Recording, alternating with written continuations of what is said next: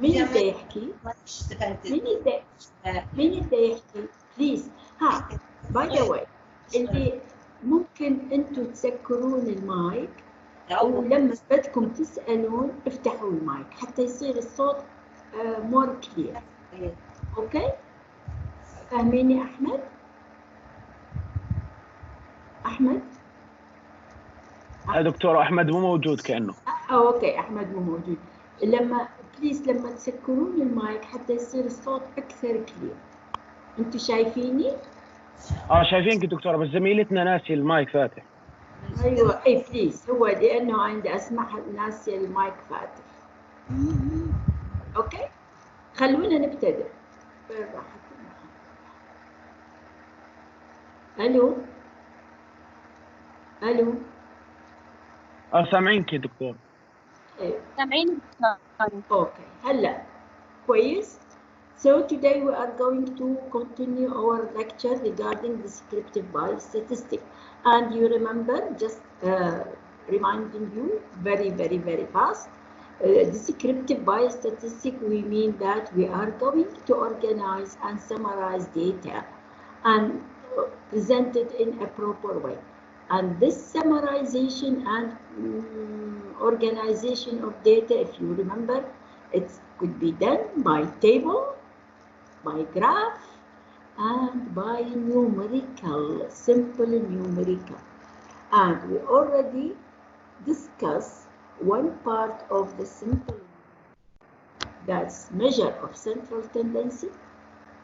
Now we are coming to the other numerical calculation. If you remember, what do you mean by numerical? It means that I am going to represent the whole data, whatever the size of the data is, in one single figure. كل الداتا اللي عندي عندي مليون، عندي 1000، عندي 5، كلها أسويها بتمثل برقم واحد. You remember from the last lecture. And this number we said it shouldn't be the highest, shouldn't be the lowest, but خير الأمور أوسطها sorry. And we said we are going to measure, to have measure of central tendency, and we have other measurement which is measure of dispersion. So today we are going to discuss measure of dispersion. Okay, you remember this? Okay, this is two.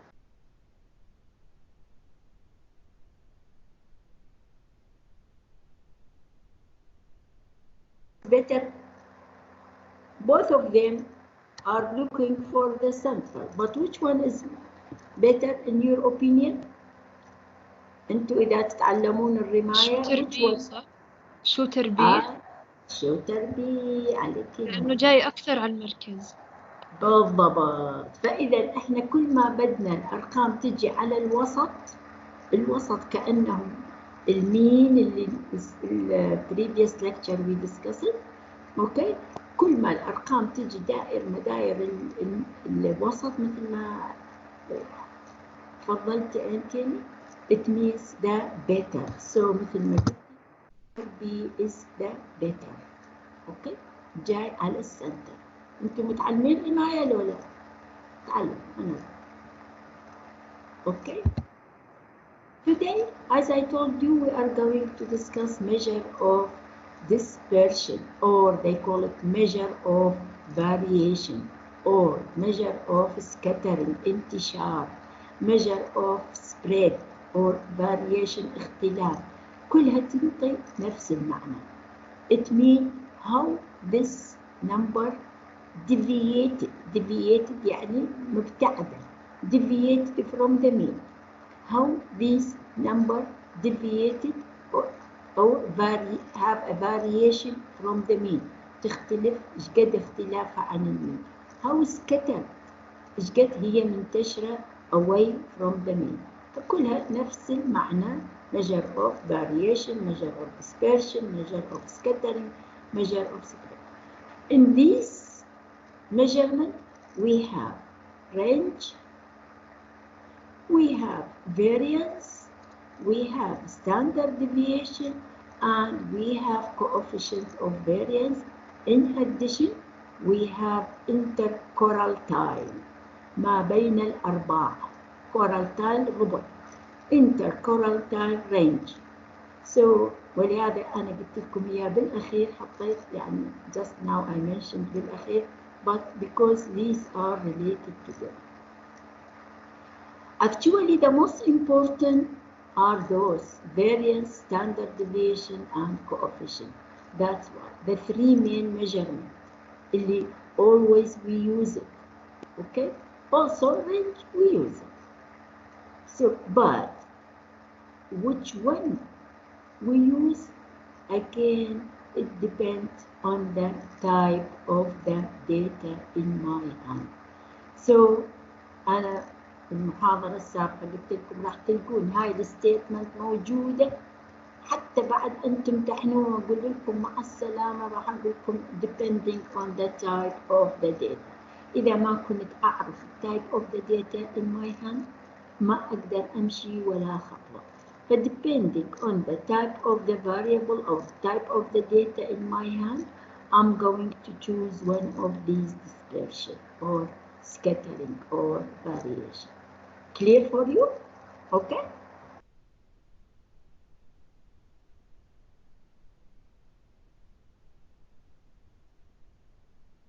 This, you know it, all of you, you know it. It's very simple. It's most obvious. خلاص هذه هي علاماتكم. لا أنا بدي تكون علاماتكم أعلى من هاي ترى بالاختصار. هذه ما بحث. Okay, these are علاماتكم. So the range will be the difference between the lowest and the highest. The lowest and the highest. So the range, it is the distance from the lowest or smallest to the largest. Smallest to the largest. In another word, it is easy to obtain by subtracting. Subtracting يعني نطرح the lowest from the highest. أطرح أقل قيمة من الأعلى قيمة. Okay, you remember we said that we are going to represent the whole data in one single figure. So in this case, 78 minus 78. Minus 70, it will be 8. But it's not nice to put the range as 8. That's why use it more. We use it from 70 to 78. Okay? It's much better, more practical. Use it in this way. Although this is the one single figure. Now, coming to the range. The range is not affected by skewness. You remember what you mean by skewness. Okay, هذا 70 إلى 78. كل الدرجات صايرة 78 76. فإذا ما يتغير. It's not affected by skewness. Not affected. But it is sensitive to the outlier. Definitely. إذا عندي أرقام شاردة هون 120 أو صار عندي 300، فإذا راح يصير 300 minus 66. فإذا it affected or it is sensitive by outlier. Okay. Sensitive. نعم. الصوت فيه تشويش. الصوت في هلا في تشويش. مش واضح يعني في الصوت تشويش. كيف هسه كيف أقول لك؟ خليني بس أروح أسكر باب المكتب تبعي وأجيكم. أوكي؟ بلكي تجوز أخاف لأنه من برا. خليكم عين. بس ما في حدا يسد لي الباب، كان سألته دقيقة.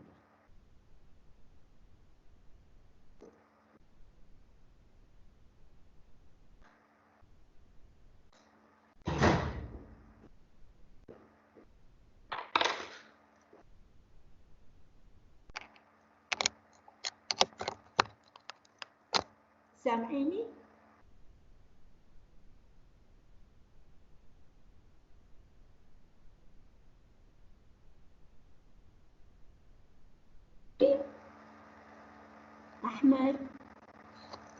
ريم تمام دكتور. هلا أحسن صوت؟ احسن دكتور احسن. سكرت الباب. اوكي يعني. فإذا الرينج it is sensitive to the outlier. هذا 124 لو صار 424 so minus 66 ف it is affected by the outlier. اوكي لو شلت ال 124 خل بس 120 so it is affected by outlier but it is not affected by skewness. This is the range. So you remember from the previous lecture there is always we are discussing characteristic or advantage and disadvantage. For the range its disadvantage is that it is based on only two observations. أخذت only the lowest and the highest while I ignored the other. So it is only using the lowest and the highest. This is one of the disadvantages. It gives no idea about the other. Yes, I didn't use it. أنتو مثلا أقل طالب ماخذ 10 وأعلى طالب ماخذ 99. بس ما أعرف البقية قديش ماخذين. يجوز البقية كلهم فيهم 98 فإذا ظلمتهم أنا. فإذا we are not using the whole data, only using the lowest and the highest. This is one of the disadvantage or limitation or negativity. There is no idea about the other number. It does not take into consideration the other value, the same meaning. And it is sensitive to the outlier. It is sensitive to the outlier. So there is two disadvantages for the range. We have to overcome these disadvantages. لازم أتخلص من these two advantages. In another word, I would like to use the whole data and I would like to get rid of the effect of the outlier. So that's why it is not very useful measure of dispersion or range. I have to choose something other than this that I can use the whole data. So what is this thing? This is what do we call it, standard deviation. Therefore, using standard deviation, I'm going to use all the values in my data, all the values. So in this case, I will using all the values. Okay, and because the range is sensitive to the outlier, so I am going to use what do you call it, interquartile range. ما بين الربع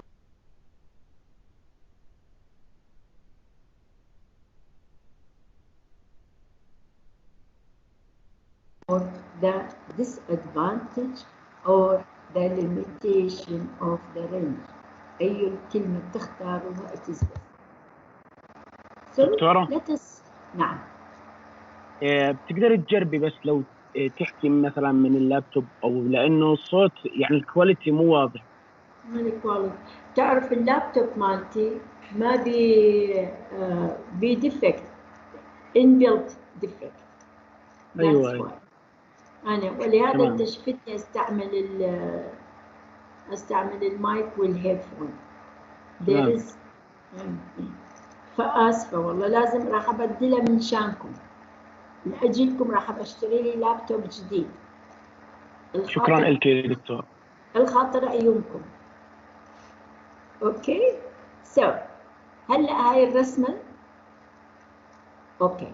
تتذكرون المرة السابقة جاوبتني عليها صوري هذول الداتا أول داتا. Is there any need to calculate the mean? Can you find the mean? Yes, it's obvious because the numbers are the same. Very good. There is no need to calculate it. صح. ليش؟ لأن النمبر the same. Is there any need to calculate the mode? No, they are all three the same. All the same. Is there any need to calculate the median? Also, No. no. Why? Because all the value, very good, are similar. So, when I calculate the mean median mode, unconsciously, لا إراديا، أو I will give you an impression، أعطيكم فكرة that my data is not similar. صح؟ لما أطلع calculation of the mean by calculation, calculated the median, calculated the mode، كأنه ده أعطيكم فكرة أنه my data is not similar. So, is there any need to calculate the mean in the second or third one? Can you? Is there any need to calculate? أنا آسف أعرف Yes, in the second row we have to, because there are some numbers that are different. Very good. What about the third? Yes. Yes. So, when I calculate the mean, particularly the mean, طبعا المين median, it means that there is a variation in the values of my data. تمام؟ من أطلع المين تعني أنه my data is not similar. The value of my data are not similar. There is a variation. Okay? So, in this case, I would like to measure the variation of these values from each other. أشوف ال70 إيش قد تختلف عن ال75، ال75 تختلف عن ال55، 55 تختلف عن ال70، 70 تختلف عن ال56.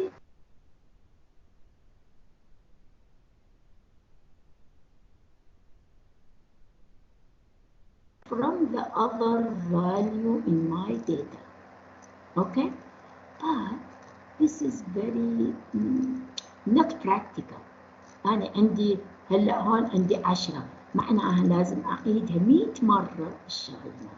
If I have practical to measure variation of each observation from the other. But we said that the mean is representative for the whole data. ولهذا تشوفون هاي الرسمة اللي تحتيها. فإذا أنا بما أنه عندي المين representative راح I'm going to measure the variation of each observation from the mean. كل واحد إيش قد يختلف عن المين، إيش قد بعده عن المين. زد كلير؟ هون الرسمة الثانية اللي بيها دائرة also بالنص هو المين، وأحمد ماخذ علامة 80. المين تبع الصف كله 75. اوكي، فاذا احمد يختلف عن المين 5 درجات. لا، محمد ماخذ 96، فاذا 96 ناقص 75 يطلع 21. لا ما بعرف، ريم خذت 55 اطرحها من ال 75 يطلع -20. فإذا بس أشوف variation or deviation، هذه الرسمة اللي بها الدائرة، deviation of each observation from the mean. In some books they call it D1, D2, D3, D وهكذا. D1, 2, 3, 4, 5. طبعا سوري هنا لازم أغير الديات. أوكي. Deviation of each observation from the mean. Deviation or distance. In this case أطلع أوكي قد كل واحد يختلف عن الآخر، كأنه اختلاف واحد عن الآخر because the mean المين هو ممثل لكل القيم الموجودة عندي because the mean is a representative for the whole data in my hand. Okay. Now coming.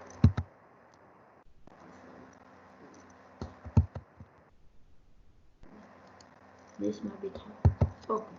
So this is what do we call it? Standard deviation. Okay. لو رجعنا لهذا فإذا أطلع محمد إيش قد يختلف عن المين، أحمد قديش يختلف، ريم قديش تختلف، زائدا منى قديش تختلف زائدا لين قديش تختلف، أجمعهم وأقسمهم على عددهم يطلع لي المين deviation from the mean. mean deviation of the mean. This is what do we call it? Okay, so standard deviation is the mean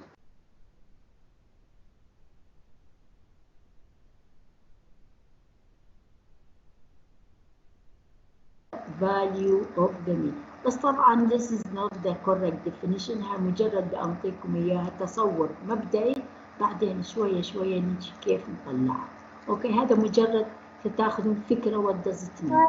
What does it mean? The standard deviation is a mean or average كيفكم deviation or distance of the data values from the mean value. Okay. طبعا the smaller كل ما كانوا مقتربين مع بعض، كل ما كانت الفاليو قريبة من المين، كل ما كانت قريبة من المين كل ما اتمين أحسن، مثل الشوتينج نمبر بي اللي شفتوه قبل شوية. The smaller the mean the narrower the spread. أكثر متقاربين، كل ما تكون الديستانس قريبة definitely كل ما معناها متقاربة. This is what we call it standard deviation. This is just calling, not the correct definition. We will give you later on the definition. Okay. So this is the mark of students 6. 6 students, their mark is like that. 6, 2, 4, 1, 3, 2. Let us go. How come? The mean 6, 2, 4, 1, 3, 2. Their mean equal summation x you remember على n. فإذا جمعهم الجمع summation 6 plus 2 plus 4 plus 1 plus 3 plus 2 ساوينا 18. summation x we call it summation يعني مجموع summation x.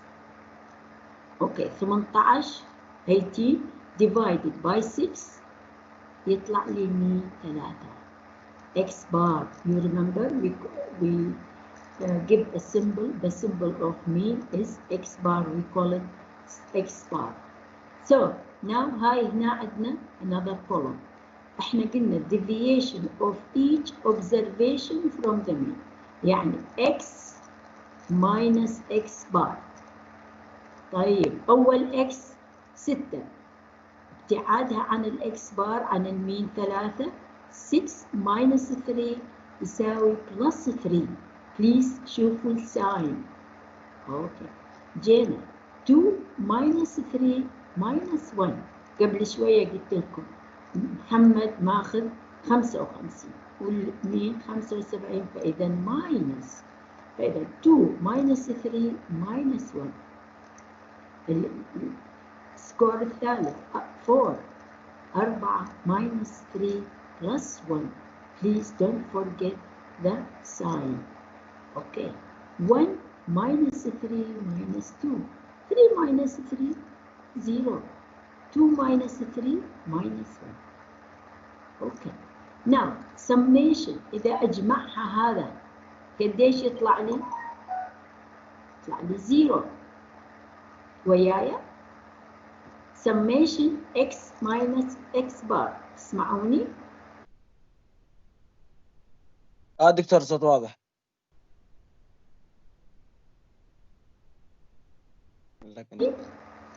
الو واضح واضح دكتور. تسمعوني؟ انتم حتى بس جاوبوني، بس قولوا اي حتى اعرف انكم ان الصوت واصلكم. اوكي دكتور طيب النت تعلق.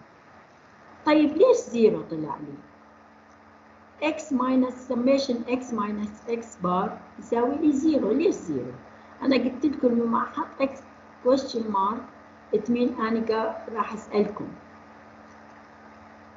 طيب ليش يطلع لي 0؟ يلا يلا يلا يلا جنبي شيكولا، لما هذه أحط لكم إياها أساعد أعطيكم إياها من أشوفكم، أبعثها ويا أحمد لكم. دكتور ناس نبدأ المحاور لما مثلا نحكي x ناقص x يعطيني 0. ليش اكس هون هذا الكولوم اكس ماينس اكس بار؟ عشان بعدها عن المين. هي اكس ماينس اكس بار، هذا المين هون الاكس ماينس اكس بار، اكس ماينس اكس بار تمين بعدها، بس ليش يطلع لي زيرو؟ جمعها سميشن اكس ماينس اكس بار، ليش يطلع لي زيرو؟ هذا كلش مهم، بدي اعرف حتى اقدر. اذا ما طلع زيرو ما راح يكون في مين. لا لا لا لا، هذا المين، يعني المين 3. المين هذا من هون جاء المين 6 زائد 2 زائد 4 زائد 1 زائد، طلع لي 18. سميشن اكس الفاليو، الاكس هو الفاليو، each value we call it x. اوكي، فجمعت الفاليوز مجموعها 18، اقسمها على العدد 6 لان 6 اوبزرفيشن عندي انت ستودنت، 6 ستودنت طلع لي 3. طيب الكولوم اللي بعده x ماينس x بار، بتشوفوا الكولوم اللي بعده x ماينس x بار. طيب اول x قديش دكتورة؟ إلها دخل بكون أخذناها من سامبل مين مش من كله؟ لا لا، هو ما عندنا سامبل، هو أنا هذا السامبل مالي. طيب هذا انتو ستودنت 6، اوكي، علاماتكم هذه علاماتكم، بس طلع لي المين مالتكم 3. طيب احنا شو قلنا بالسلايد اللي قبله؟ deviation of observation from the mean. deviation, average deviation of the value of the data of the value from the mean. طيب هلا دكتورة، ممكن انه يدل على انه اقل تشتت او وجود تجانس بين القيم؟ لا لا لهيك اعطاني زيرو يكون. لا لا لا لا. هلا شو اسمك؟ شهد. شهد، يا شهد هلا بدك تشوفين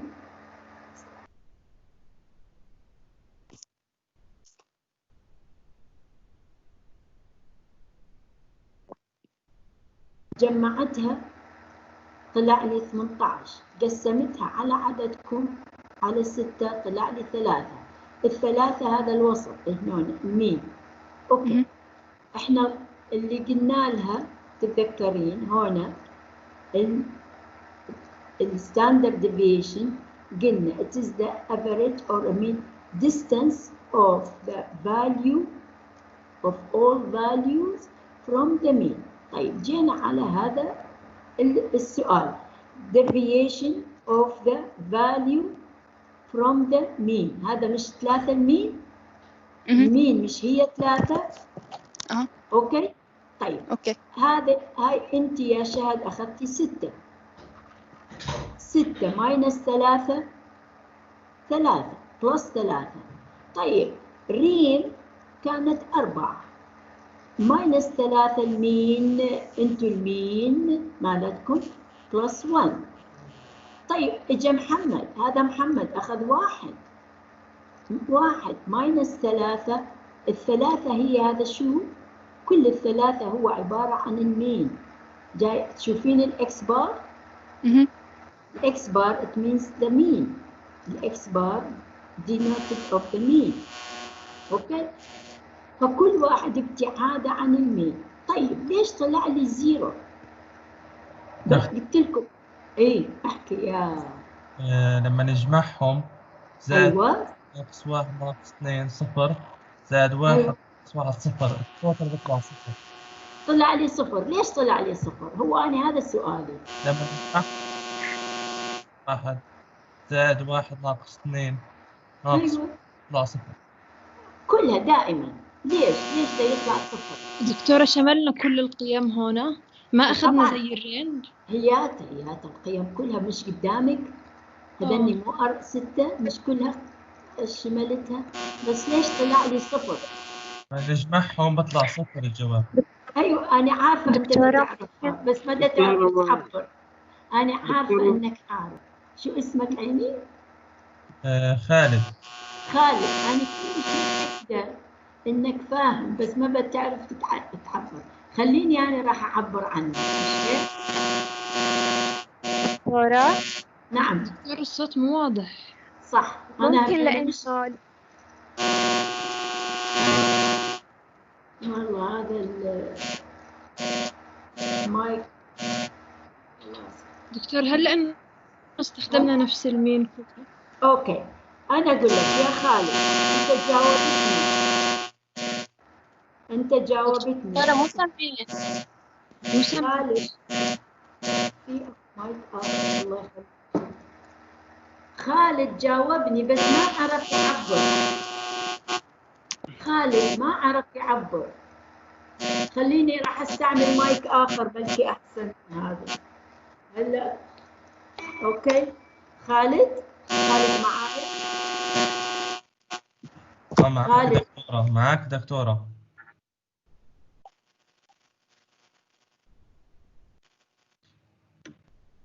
اوكي خلي اشوف اغير المايك بلكي هذا مايك اخر.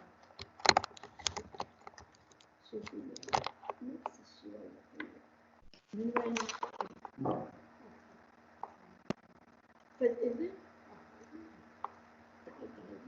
هي نفس الشيء وانا نسيته النهار خلصتني الصبح جيت شفت.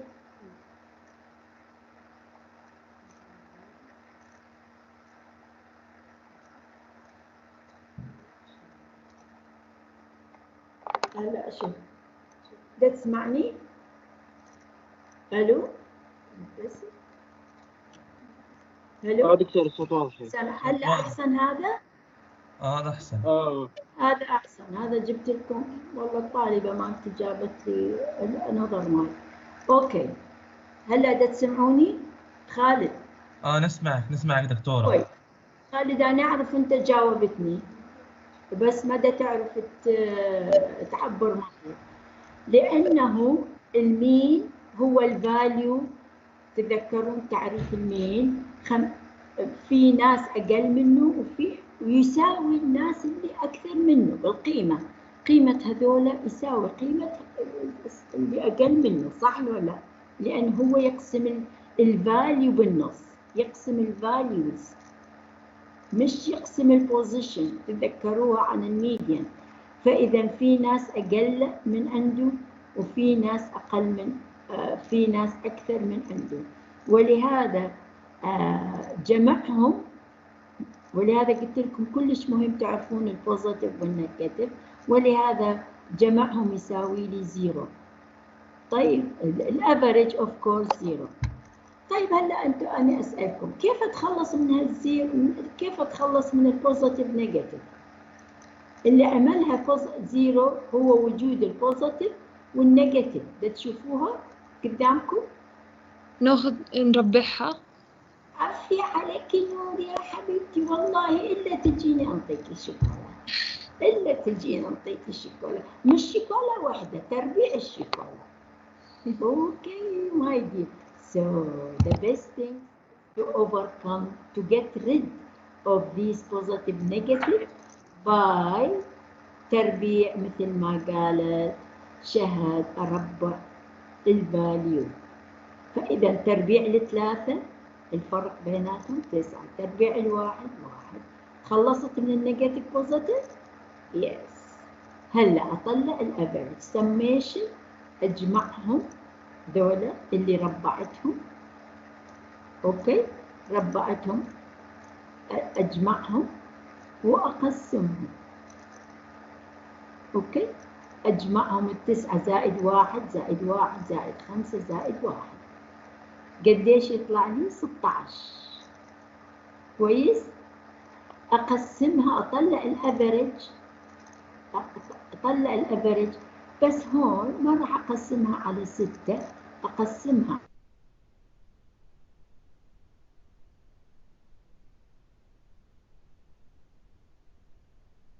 سكني باللون السكني n-1. n قديش عندي؟ n يعني number of observation. ال n عندي 6 أقسمها على 5. فهذا now لأنه أنا ربعت فS تربيع. الS this is variance. الفاريانس هو S تربيع. وياي عيني؟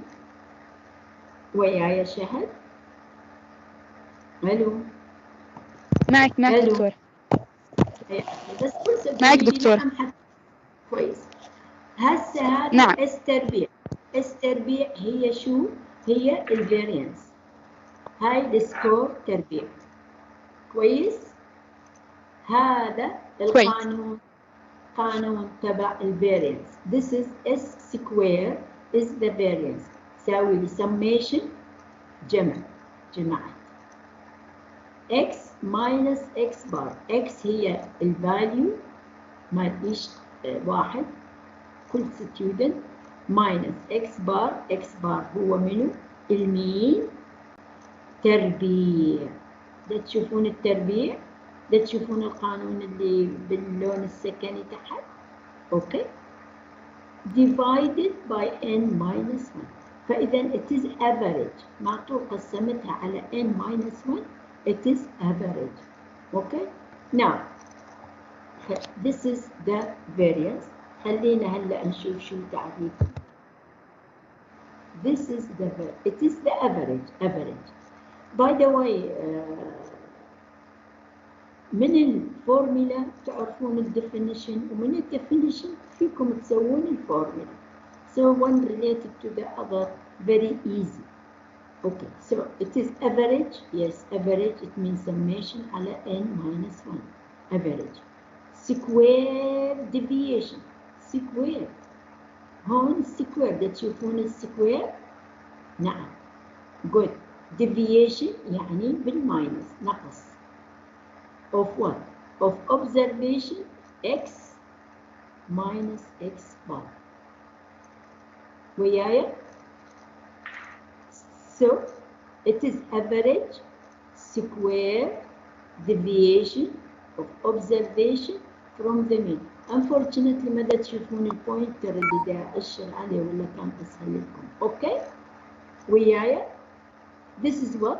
This is the variance.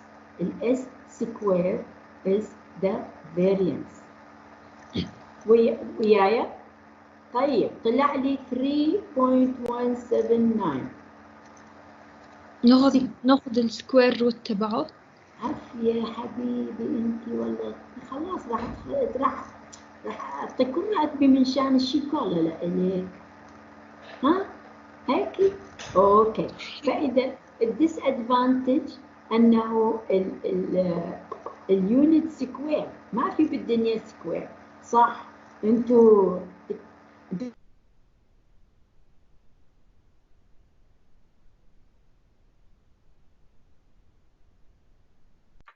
ما في عندي كيلو جرام سكوير. ما برضى أن يكون وزني أنا 50 في 50 2500 وزني ما بيصير. فإذا I have this is the disadvantage of the variance. It is the unit square. ومثل ما قالت الحلوة شهد أنه آخذ I have to restore the unit by taking the square root. Now, Jane, what's the square root? In this square root, we call it standard deviation. ده تشوفون آخر كلمة موجودة SD is the standard deviation. So, the standard deviation. دائما نطلع من السكوير روت it means العلامة تكون عندنا positive ونيجاتيف. positive ونيجاتيف. So it is the standard deviation. It is the square root of the variance. طبعا هذا الديفينيشن أنا ما برضاه. يعني مش ما برضاه مش من صح بس هذا مال الكسالة وانتم مش كسالة انتم شطار. أنا بدي هذا. الستاندرد deviation ده تشوفوه it is the square root.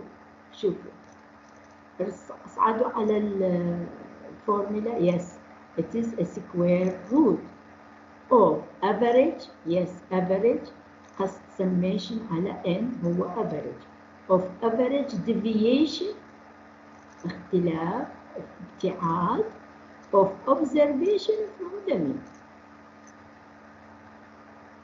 average square deviation of observation from the mean. هذا سميناه الستاندرد deviation plus. it should be دائما نخلي plus minus. وانتم تعرفون الأربعة قد تكون 2 في 2 يعني مربع الاثنين 4 أو تكون minus 2 تربيع. فإذا ولهذا أحط plus minus. The sign should be put plus positive negative. Okay, this is the standard deviation. Okay, for everyone always we say there is advantage and disadvantage. What is the disadvantage? Okay, one advantage is هذا unlike interparental سنشرحها بعدين, but there is a disadvantage لأنه unit. We will discuss it in coming lecture, يعني in coming minute. Okay. Now خلينا نشوف كيف نطلع steps in calculating the standard deviation. Determine the mean. Yes, x bar. سهلة. أجمع value وأقسمها على العدد. Determine deviation of each value from the mean. معناها x minus x bar. هاي مجرد بدي أسوي لكم الشرح أكثر يعني. Then square this deviation.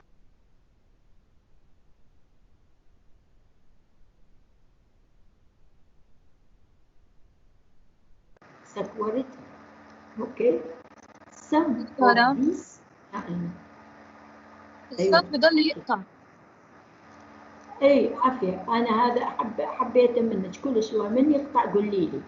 طيب من انقطع؟ من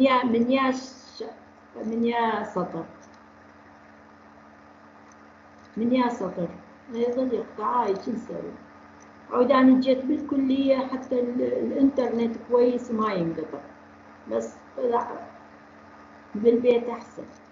أنا أتوقع إنك الإنترنت عشان تنجيه. هلا أنا بالكلية والله الإنترنت أوكي. هلا هسه كويس؟ ألو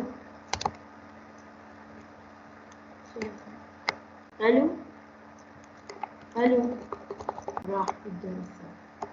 ألو خلصت المحاضرة. معك دكتور. طيب من يا سطر اللي ما سمعتوني يا شهد؟ أرجع من البداية من الستيب. شهد، خالد وشهد. ها؟ من السطر الثاني. من السطر الثاني. أوكي خليها نبدأ من البداية. خالد. الستيب first of all determine the mean. طلعون المين وانتم عارفين كيف نطلع المين كويس؟ يعني أجمع القيم أقسمها على عددها. أوكي.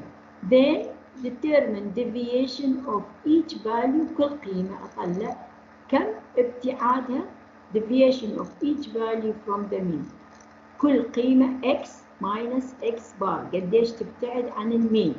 كويس؟ بس قولوا لي إيه حتى أعرف أمشي. بعدين square this deviation x minus x bar square. سامعين خالد؟ سامعين دكتورة. أي عافية. من أمشي أي خطوة قول لي أوكي بس هيك حتى أعرف ماشي.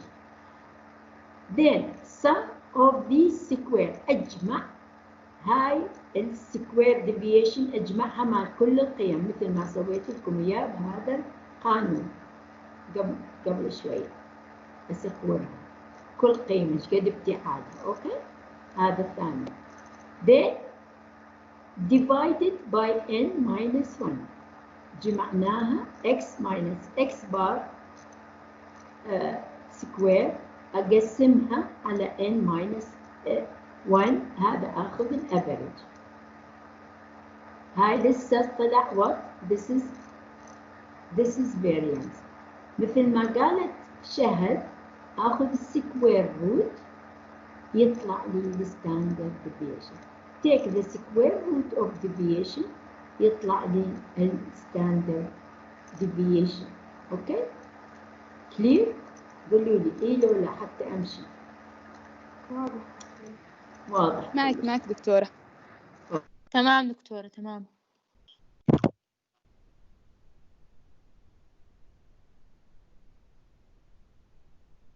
هلا هاي انتوا ستودنت نفسكم تمام؟ هاي 6 وهاي السكور اللي ماخذيها. طيب شو اسوي؟ هذا عندي القانون نفس انا القانون ما غيرته. الفاريانس سميشن اكس وياي، بس انتبهوا على هاي النقطة بليز، ماينس اكس بار سكوير على ان ماينس 1.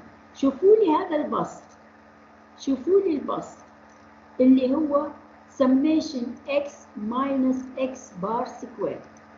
سامعيني يا خالد ويا ريم ويا شهد؟ سامعينك. جود. انتوا اشطر مني، انتوا اشطر مني وانتوا صغار. يعني هون سوينا ضرب تبادلي صح؟ بس وزعنا السم. لا بس خليني اكمل لك حبيبي. هون هذا القانون ده تشوفون البسط هذا، احنا ما بعرف انتوا اكيد تعرفوا احسن مني، بس احنا زمان ماخذينها حتى نفتح التربيع. تتذكرون نفتحها يساوي مربع الحد الاول ناقص مربع ناقص ضعف الاول في الثاني زائد مربع الحد الثالث. تتذكروها هاي كيف من نفتح التربيع؟ انتوا بالرياضيات المربع الاول. ايوه المربع الاول التربيع الأول في 2 الأول في الثاني ناقص 2 زائد التربيع أيوة. الثاني. الثاني زائد. بالضبط.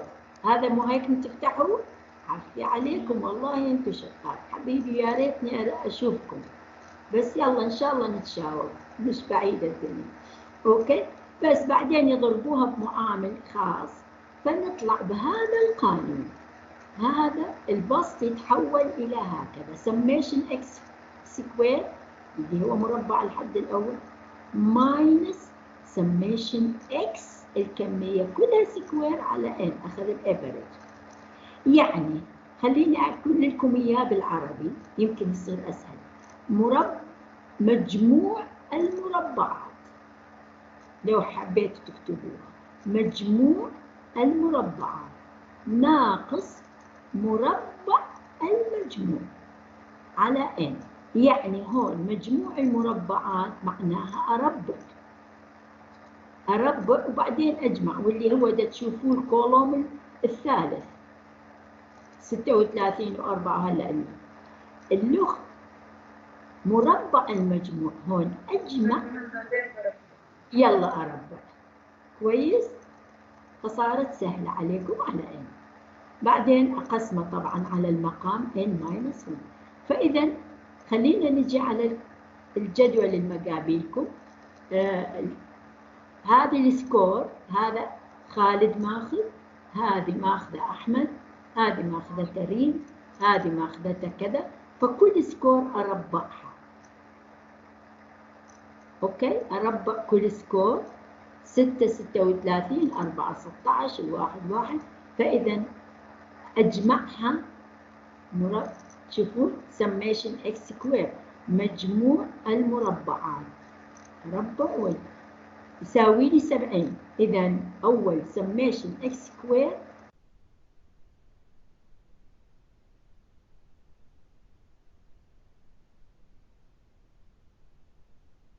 المجموع. أنا قلت لكم يعني أجمع الفاليوز كلها بعدين أربع. يعني 6 زائد 2 زائد 4 زائد 1 زائد 3 زائد 2 تساوي لي 18. أربع ل 18 شوفوها آخر سطر 18 تربيع. أقسمها على n انتو 6 فيطلع لي 18 في 18 والله ما بعرف قديش انتو تطلعوها. أقسمها على 6 طلع لي 54. فصار 70 ماينس 54 على 5 المقام n-1 طلع لي 3.2 سكوير. آخذ الجذر التربيعي مالتها هاي يطلع لي الستاندرد ديفيشن. هذا نسميه شورت كات، يعني بلا ما وديت x ماينس x بار هيك عملته. اوكي يعني بالنهاية نفس الجواب دكتورة. نفس الجواب يطلع. طيب هاي شوية هنا أريدكم تركزون بس حتى تيور انفورميشن، حتى لا تتغلبوا لما واحد يسألكم. طيب أنا مثلا أنتم مش بس الطلاب، لا أنتم 22 طالب. هذه علاماتكم، أوكي؟ علاماتكم عندي 2 ماخذين 6، 4 طلاب ماخذين 2، 5 طلاب بتشوفون number of students، 5 طلاب ماخذين 1، 6 طلاب ماخذين 2. اوكي؟ فاذا عددكم انتم هلا صار 22. بس هذه يعني ما اريدكم تتغلبون بها، اهم شيء يصير طبعا 6 في 2 طبعا، يعني 6 عندي طالبين ماخذين 6. نعم احكي. ده تشوفون انا حتى اسهل لكم اياها، العلامات مالتكم سويتها حمراء، عدد الطلاب بالازرق، انتوا ازرق موجودين بالازرق، بالبلو، يمكن اخاف بالعراق احنا نقول ازرق. اوكي بلو، هاي عددكم. هون العلامات مالكم ان ريد، فتشوفون 6 في 2، 2 في 4، 4 في 3، صار التوتال مالتكم 55. بليز بليز بليز just keep in your mind، لما أريد أربع فقط أربع علاماتكم، مش أربع الستودنت. ولهذا عملتها أنا بلون بلو ستودنت، بلون أحمر العلامات. أوكي؟ خليكم ما بدي تتغلبوا، إذا قدرتوا يعني تفهموها بينكم وبين روحكم، ما قدرتوا I will be ready أنه أشرح لكم إياها، بس حتى معلوماتكم تزيد، حتى أي أحد من يسألكم أنتوا تفهمون. أوكي؟ خلينا نروح shortcut step in shortcut standard deviation. تتذكرون قلنا square each absolute value، كل value أحمد ماخذ 6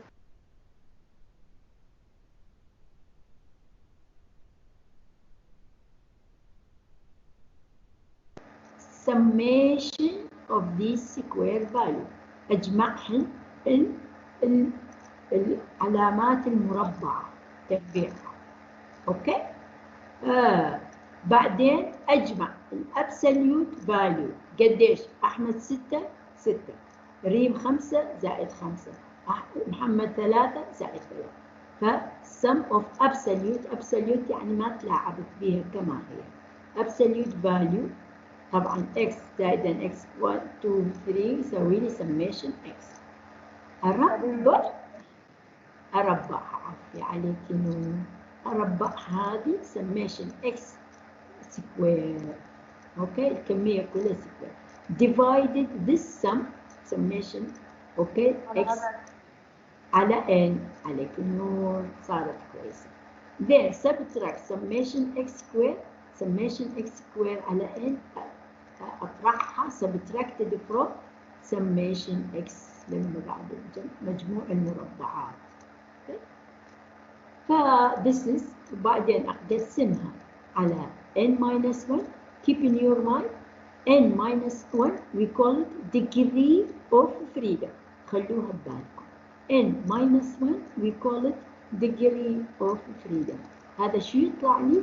يطلع لي variance taking the square root اللي آخر مربع بدكم تشوفوه على اليمين، آخر مربع على اليمين standard deviation which is the square root اللي هو يساوي لي n minus 1 we call it degree of freedom. yes هذا راح تسمعوه بكل المحاضرات الجاية إن شاء الله. we call it أريدكم تعرفوه قبل ما نشرح لكم إياه. we call it degree of freedom. so the standard deviation شو يساوي لي؟ مجموع المربعات ناقصا مربع المجموع على n، والكمية كلها على n minus 1. this is in Arabic. in English summation x summation x square minus summation x الكمية كلها سكوير، يعني دا تشوفون السكوير شامل السميشن أيضا على n minus 1 and then taking the square root, this will be the standard deviation. Is it? This is sorry هاي معيود مرتين بس ترى خليني أمشي هو نفسه. أنا متعمدة أديت لكم إياه مرتين، متعمدة. أوكي؟ بس نفس السلايد بس معاد مرتين. Look the same. And this. Now قلنا لكل واحد there is advantage و disadvantage and there is limitation. كيفكم تحبون بالامتحان يجوز أقول لكم disadvantage أو يجوز أقول لكم limitation أو أقول لكم drawback أو أقول لكم negativity. فبليز حتى لا تتفاجئوا.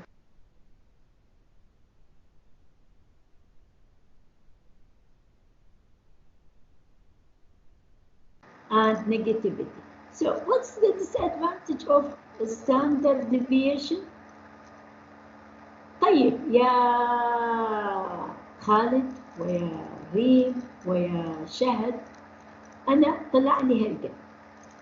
إحنا أريد أقارن بين وزننا وزن Jordanian people والوزن in USA. أقدر أقارن؟ جاوبوني. أقدر؟ هذا ماذا يسمعون؟ ألو؟ سمعتوني؟ أقدر أقارن بين دكتورة إذا كانت الوحدات مختلفة ما بزبط. بالضبط عليك. لا تعالي. طيب ليش ما أنت تجي تنطيهم المحاضرة وتعال تودي الشعب عنك؟ Okay, because of different in the unit. احنا نستعمل كيلوغرام، بأمريكا شو يستعملون؟ يستعملون باوند. احنا بالطول نستعمل سنتيمتر، هم يستعملون inches أو feet and inches. صح. اوكي، فإذا ما أقدر أقارن. The best way is to overcome. أتخلص من اليونت حتى أقدر أقارن. Okay, so in this case, what I'm going to use, we are going to use what do we call it? Coefficient of variation, CV. Okay, CV مش CV مالي curriculum vitae تروحون طلعوا لي إياها بالإنترنت تلقون CV تبعي. Okay, coefficient of variation. So in this case, شوفوا التعريف مالته هو نفس الفورمولا. It represents by measuring variation اللي هو standard deviation in relation to the percentage of the mean. المين x bar percentage ضربته في 100. شايفين؟ فإذا in relation to the percentage of the mean. Okay. فإذا in this case تخلصت من اليونت. انتوا عندكم ما بعرف بالفيزياء عندكم ما بعرف والله معامل الانصهار ومعامل التمدد، مش عندكم هيك ولا بس احنا بزماننا كنا؟ معنا دكتور. معكم؟ لا معنا. معكم معامل التمدد ومعامل الانصهار ومعامل فهذا معامل التغاير. Coefficient of variation it is معامل التغاير. تخلصت من اليونت. وكذلك when do we use it؟ مثل ما قالت شهد، خلاص راح نعطيها كل العلبة تبع الشوكولاتة اللي عندي. when we have different units and when there is a large difference between the means. إذا المين بدويت مالتنا بالأردن خلينا نقول للميل المين مالتهم خلينا نقول 65 plus minus 3 standard deviation، بينما بأمريكا كلهم اسمه.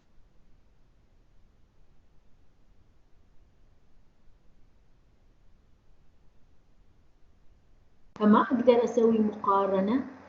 I am going to use what do we call it? Coefficient of variation. So when do we use it? When we would like to compare between two or more than two data with the different unit of measurement or when there is a large difference between their means. اوكي، فاذا استعمل معامل التغاير. ما تنسوا مثل معامل الانصهار ومعامل التمدد، ما بعرف كم معامل كان عندنا زمان، ما بعرف كم معامل كان عندنا ايام زمان. اوكي، لسه ماشي؟ فاهميني؟ سامعيني؟ دكتور كويس. بس لسه مفهومة عيني؟ good. لا بس خلي أنطيكم what does it mean هلا interpretation of the standard deviation. أوكي؟ هذا المين بالوسط، تمام؟ مين مالتنا. فعندنا one standard deviation، بس رفلي حتى تفهموها. إن شاء الله next lecture نحكيها أكثر. هذا الكيرف نسميه normal distribution. المين عندنا بالنص. اوكي، في قيم تبعد عن المين اكثر من المين ب1 ستاندرد ديفيشن، في قيم تبعد عن المين اقل من المين 1 ستاندرد ديفيشن، في قيم لا تبعد عن المين 2 ستاندرد ديفيشن، في قيم تبعد 3 ستاندرد ديفيشن اذا بوزيتيف واذا نيجاتيف. طبعا من هالسايد نيجاتيف، من هالسايد بوزيتيف.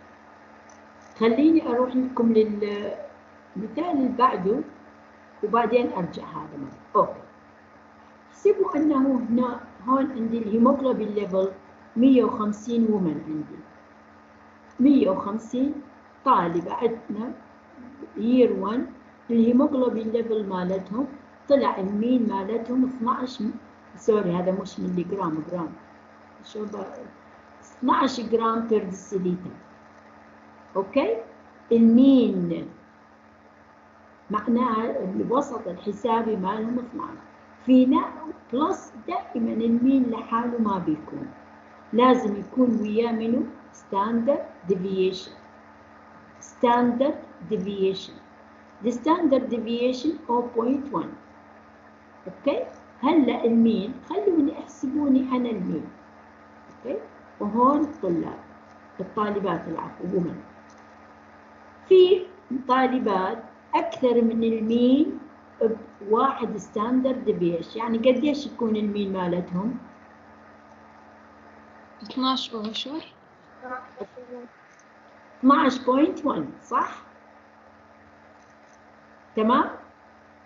المين 12، بس في طالبات أكثر من المين بواحد ستاندرد ديفيشن. قديش الستاندرد ديفيشن؟ 0.1. ايه 0.1. طيب معناها ايش قد يكونون؟ 12.1. صوت قطع دكتورة.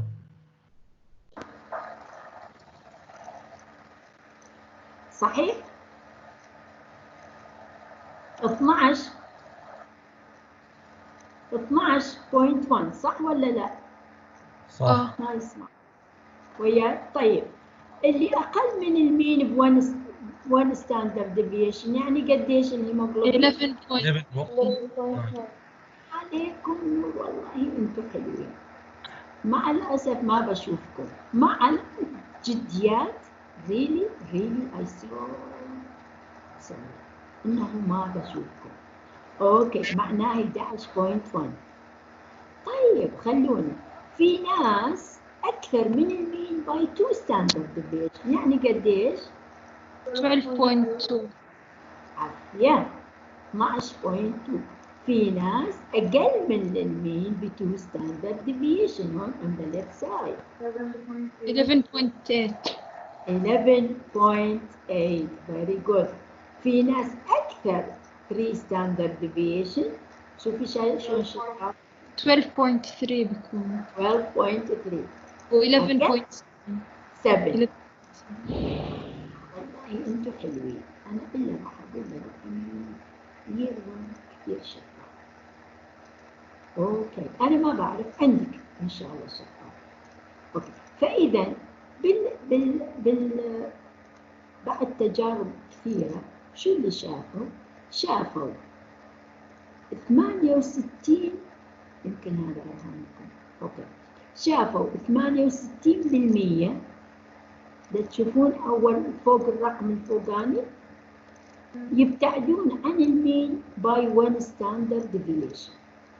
68% يبتعدون عن المين by 1 standard deviation whether it is less أو more.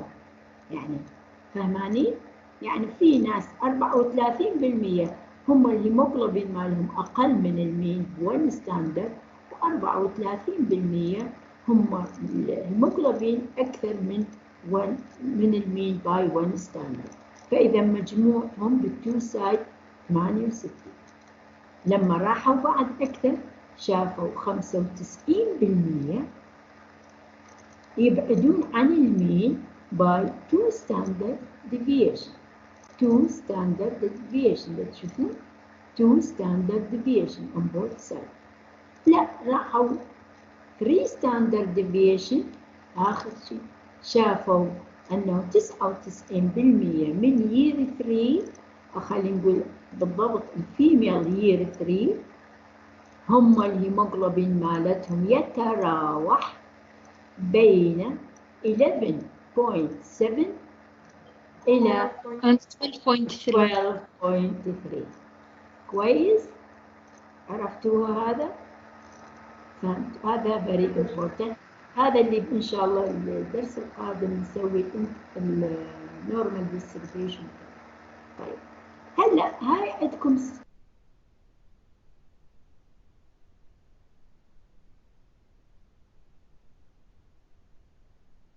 presentation of data by graph. والسؤال اللي بعده سووا لي measure of central tendency and measure of dispersion. سؤالين. اوكي؟ ما بتاخذ وقتكم، كل واحد اقل من 5 دقائق. اوكي؟ طيب هلا انتم تعبتوا، لو تحبون اكمل هذا الانتركورنتايل ما بياخذ عندنا اقل من ربع ساعه. if you would like. ما بريد اتعبكم، بس you have to know it. لانه هذا من يتقطع المحاضره مشكله. سامعيني؟ الو؟ نكمل.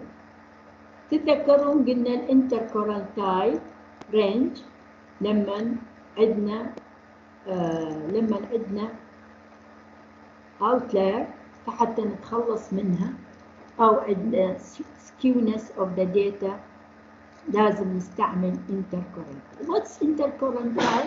خلينا بس نحكي أولاً how to calculate percentile. في عندنا P على 100. P it means أي شيء تريدوا 20%، تريدون 25%، تريدون 10%، تريدون 5%، whatever you would like to calculate. تريدون 60%. فالبي هي اللي انتم رايدينها، هذا 100. فكيف اطلعها؟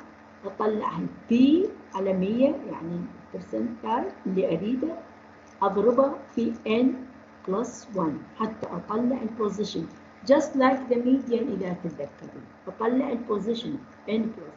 طيب هاي عندي 30 داتا، 30 infant كيلو جرام مالتهم 30. بدي اطلع ال 20%. كيف اسويها؟ 20 percentile. كيف اطلع ال 20%؟ دكتورة نحكي 20 على 100 على 30 زائد 1. خلاص 20 على 100 ضرب. أيوة ضرب. 30 زائد ضرب 30 زائد 1 يعني ضرب 31 صح؟ يعني 20% ضرب 31 يعني 0.2 مش هيك؟ 0.2. خلينا نشوف جاوبت والله. اوكي 20 على 100 ضرب 30 زائد 1. انت صح حكيتي صح. very good. 0.2 ضرب 31 قديش طلع لي؟ 6.2. هذا شنو؟ هذا اللوكيشن مالته، هذا وين هو قاعد، not value مش قيمته. هذا الكرسي اللي هو قاعد به، خليني قاعد وين هو 6.2 يعني قاعد بين السادس وبين السابع. 1 2 3 4 5 6 هذا ال6 وهذا السابع، فهو في هذه المسافة. يس اوكي لا قبل الرينج. طيب أنا من هاي المسافة 3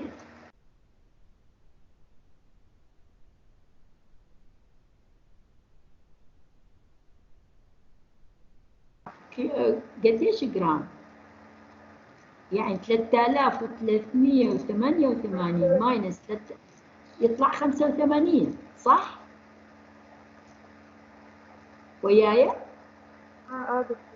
اوكي، يعني المسافة بيناتهم هي 85 جرام.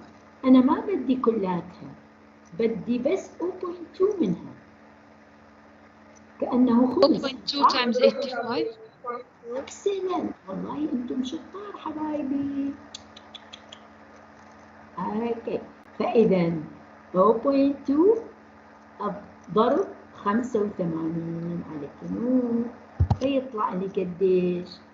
وين رحنا؟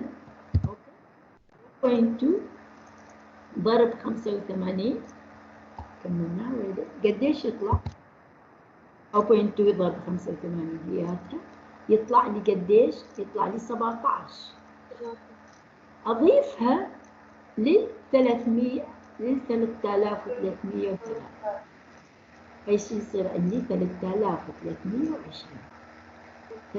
يعني 20% من هالأطفال هم وزنهم ما يتجاوز ل 3320. مفهوم؟ هذا يسموه هذا البرسنتاج. لو ردت 60 طبعا بمكانها 60% ضرب 31. لو ردت 50 أضربها 50 في 31 وهكذا. هذا يسموه في percentile value. هذا البوزيشن يطلع لي. بعدنا decide إذا أقسمها كل 10، إذا 10 يعني 10 على 100 في 31. بس كوانتايل لا، هون 5 على 100. 5 أقسم. أوكي وهكذا. دكتورة، لسه ما نعم. احنا أيوة. نزيدها على أقل رقم 3003. اي طبعا انت من تمشي يعني طبعا تزيدها على 3300، يعني لين بين ال 3000 ما سوري البوينتر بدك، لان انت ما بدك كل المسافه. تمام؟ بدك أو يعني 0.2 من المسافه، خمسها مش هيك؟ 0.2 يعني خمسها، بدك خمس المسافه، الخمسه الاولانيه. تمام؟ لو 0.6 تاخذ تزيد لها أو تضيفها. لو هي 0.6 تضيف لها 0.6 تضربها في 85 ايش قد يطلع؟ يطلع فوق ال 40، يطلع حوالي تمام نص ال 85 قديش؟ اضربها يطلع 51. تضيف لها 51 لل 3303 تضيف لها 51. تمام دكتورة. عرفت عيني؟ عرفت. فهمتوها؟ فهمت. كويس؟ فهذا البرسنتايل.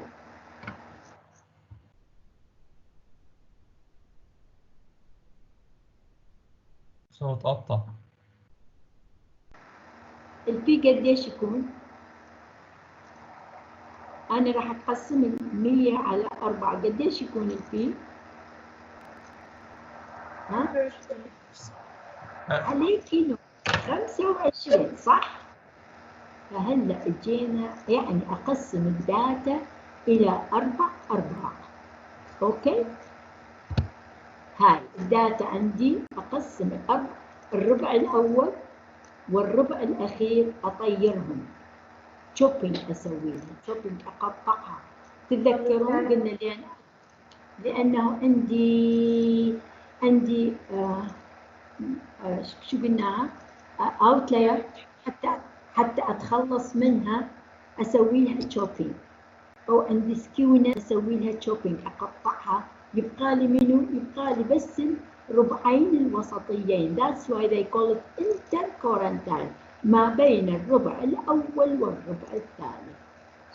فهون one solution of the problem of this لأنه أتخلص من الأوتلاير is by chopping the quarter 25% of the value from both ends من بدايتها ومن نهايتها from the lowest and the highest value. outlayer أطيرهم chopping أقطعهم.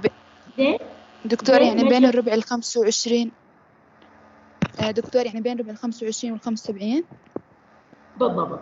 بالضبط بين ال 25 هسه نجي شوية اوكي. ولهذا سويت لكم هذا الدايجرام. انا اريد هذا اتخلص من الربع الاول ومن الربع الاخير اخذ الربع الوسط. اوكي خلينا we call it interquartile يعني ما بين الربعين. احنا مو بلدنا العراق ما بين النهرين، هذا ما بين الربعين. اوكي مثل ما قالت شهد. اوكي لازم تجيني شهد بدي انطيك هديه. اوكي how to calculate it مثل ما قالت الربع الاول 25 والربع الاخير اللي هو 75. اوكي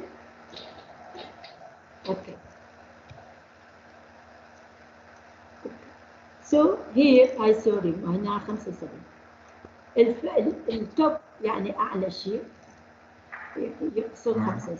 اوكي فاذا عندي 25 على 100 اضربها ضرب 31 صح؟ وياي كلكم؟ جود. ايش قد طلع لي؟ 7.75. شو هذه؟ البوزيشن. هذا بوزيشن، هذا مكان هو قاعد. اوكي خلينا نشوف وين هو، يعني يقعد بين السابع والثامن. 1 2 3 4 5 6 7 هاي هون بين هذا وبين هذا صح؟ بين 3388 إلى 3399 تمام؟ المسافة بينهم 11.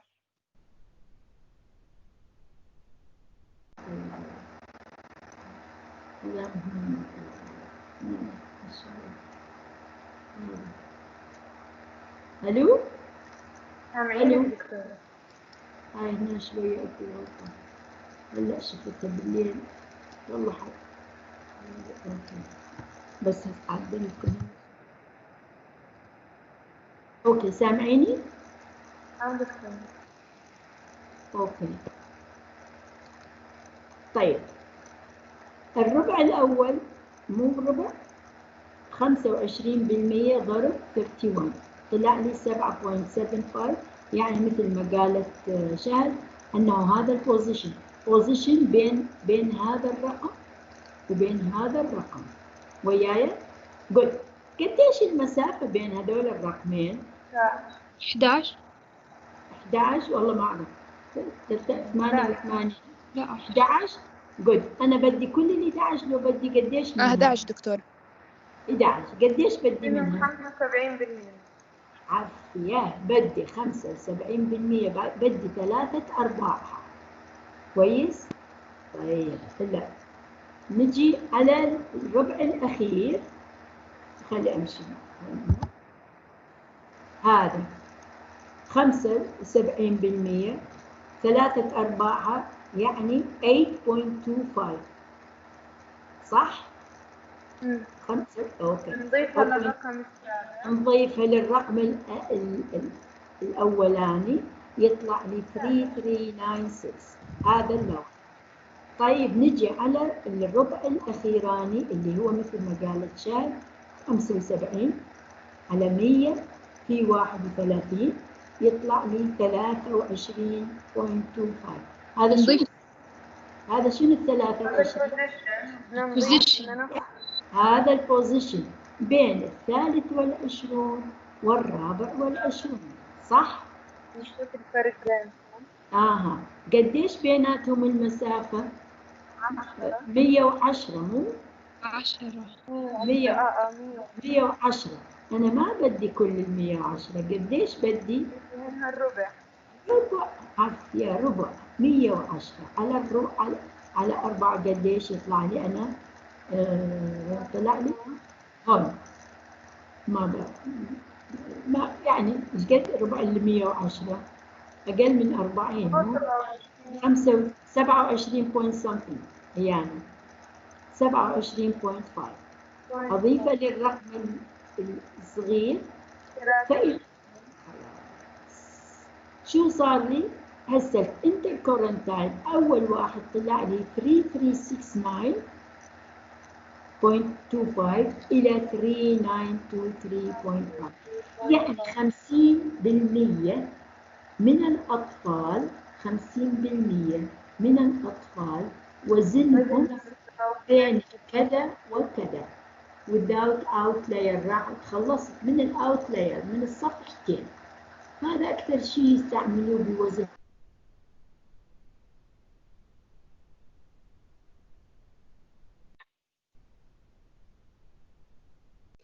معي؟ قطع دكتورة. مفهومة؟ دكتورة هذا أيوة. So it indicates that the middle 50 كأنه الميديان 50 of the distribution middle 50 شلون متجمعين مع بعض okay together with the median دائما ناخذه ويا الميديان. خلينا بس نشوف على آخر واحد هنا it doesn't use all the information لأنه طيرت الربع الأول طيرت الربع الثاني ولهذا حتى أتخلص من هاي أروح آخذ الستاندرد ديفيشن بس هذا آخر شيء تشوفوه هسه وبعدين نرجع. هذا السمري كل المحاضرة هاي السمري مالي. انتوا عندكم الكوانتيتيف داتا أو الماتريك داتا دائما نستعمل الستاندرد ديفيشن mean and standard deviation. But also we can use the interquartile ما بين الربعين range when the data is skewed or when we have outlier. So it is preferable لأنه أنا من عندي data skewed أو